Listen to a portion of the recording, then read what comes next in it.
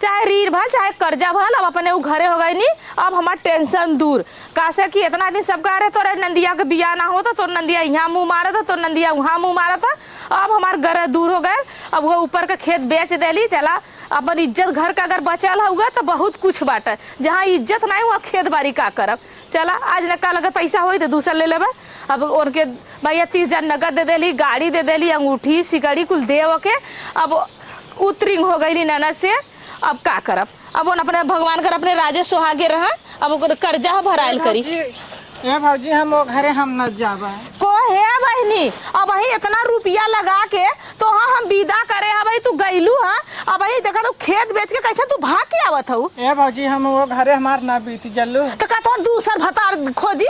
ए भौजी हम उनसे रमेश से हम प्यार करीला, हम उन्हीं के संगे जा। रमेश के भतारे से प्यार करत हूँ, तोरा लाज ना लगत इतना समझा के बुझा के तोर शादी बुया कैलिए, रील कैलिए, कर्जा कैलिए। अब गाँव के भाई बाप एक रहबी रे तोरे कैसे तो है ए भौजी भाई को लाज कैले हो तू। सुन भौजी वो इतना निक निक गाना गावलन, इतना निक निक बोललन, हम उन्हीं पसंद करे रहे, हम उन्हीं से प्यार दुलार करे रहे, हम उन्हीं के संगे जा। अरे हमारी माई होई तो इज्जतिया ले ले, तोरे प्यार दुलार में आग लगा जाए, तोर प्यार दुलार ऊपर पड़ जाए करे तो ये बता इतना हम ऋण कैली, कर्जा कैली, भैया बहनी से हाथ जोड़ जोड़ सबसे कर्जा मंगली, खेत बेच देली, ब्याजी रुपया ले लेली, बैंक से लोन ले लेली, हम 5 लाख लगा के शादी कैली। अब मल्ली तू कुल पानी फेर देली, तोरे प्यार में आग लग जाए, तोरे जवानी में पिलुआ पड़ जाए, तू कैसे सुधरबी।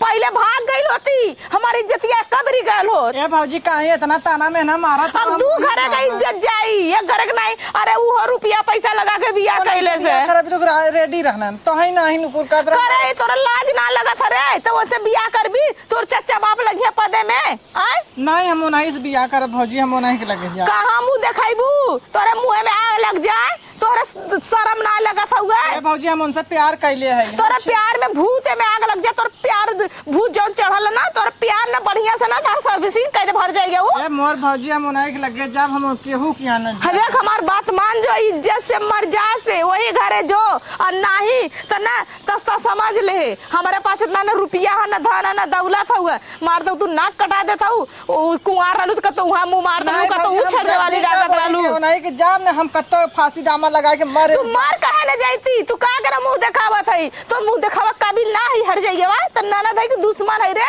बापे भाई के पगड़ी डुबा देली, बाप भाई इतना कहां जाइए घूमबे। जिन भौजी जानी ना हम तहु के उस प्यार कैलो, अभी हम प्यार ना कैले हैला। अब त प्यार का हाल ना जानत है। 12 साल के रहली कैले रहे त प्यार का हाल जानत है। हां तोरे प्यार में आग लग जाए। हमें काना खियलन, पिज्जा खियलन, बर्गर खियलन, चाउमीन खियलन, छोला खियलन, समोसा खियलन और बस सामान खिया देहन। हमें कान आदन देखे मंगलसूत्र बनवा देहन, हमें कान आदन ताय का समझिबी उनकर प्यार। अच्छा ये बता तो के छोला खियाऊ ना समोसा खियाई ना, तो छोला समोसा खिया के दोंगा मरबो का नहीं काहे भूलत है। क्या कहो करे एक आखा ना बा हम ओकर रह के का कर। तो कट तो टोवत रहल। अब भाई संजा के सबेर ना भयल, अब भाई तू अब भाई चुनरी पियरी पहिर के भाग के आवत हूं। हमरे लगे आल त ऐसा टकटोरत रहल का हां का ना, ऐसा हम टकटोर के का कोथा करत रहल।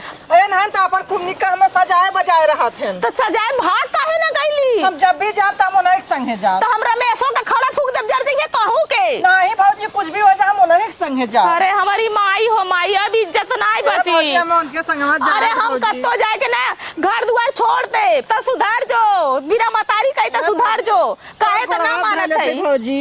हमार गोड़वा मत है तो कहना वही घर बिया दले, चाहे 4 कोने में 1 कोने पर। देख ससुरे में बड़ा बहनी जे लोहे के चरा चबाला उ ससुरे के रोटी खाला, कवन तो के दुख दन पड़ी गए इतना जल्दी। और भौजी तोर गोड़वा धाले थी भौजी, हम तोरे गोड़वा में हम आग लगा के जड़ जाना, चुपचाप मारा वही लाते गोड़े जा।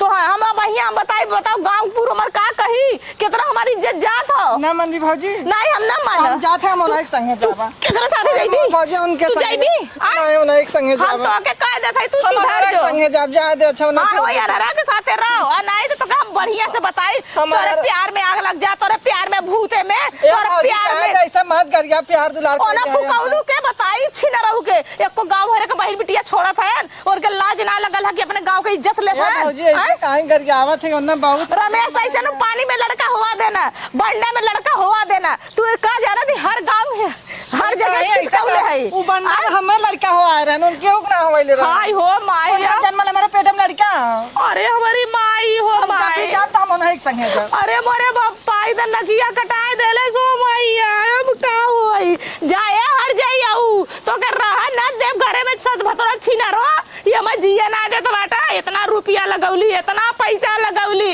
खेत बेच देहली पूरा भैया बहनी से भीख मांग मांग के चंदा उतार उतार के बियाह कैली आज हम कुल गिलटे का पै लेली हमरा कुछ ना रह गल चला माई तो के हम रखब तो के अनहरा चाहे रही ना वो अनहरा है ना टोवा था कत पतो छोड़ा कत के सागे में हरदिया ना थी ना रो तू आई लो भतार बिछबू तो के यही बिछवाई अब तो हम बतावो थैला छिनारो नहीं था अब भाई हम बियाह कैली भाई पहुंचनी नहीं अब भाई उनका भतार 2 हफ्ता बीतल हो ते को महीना बीतल दुख कमान दुख छिनारो के अब हम बताई बेन नानी के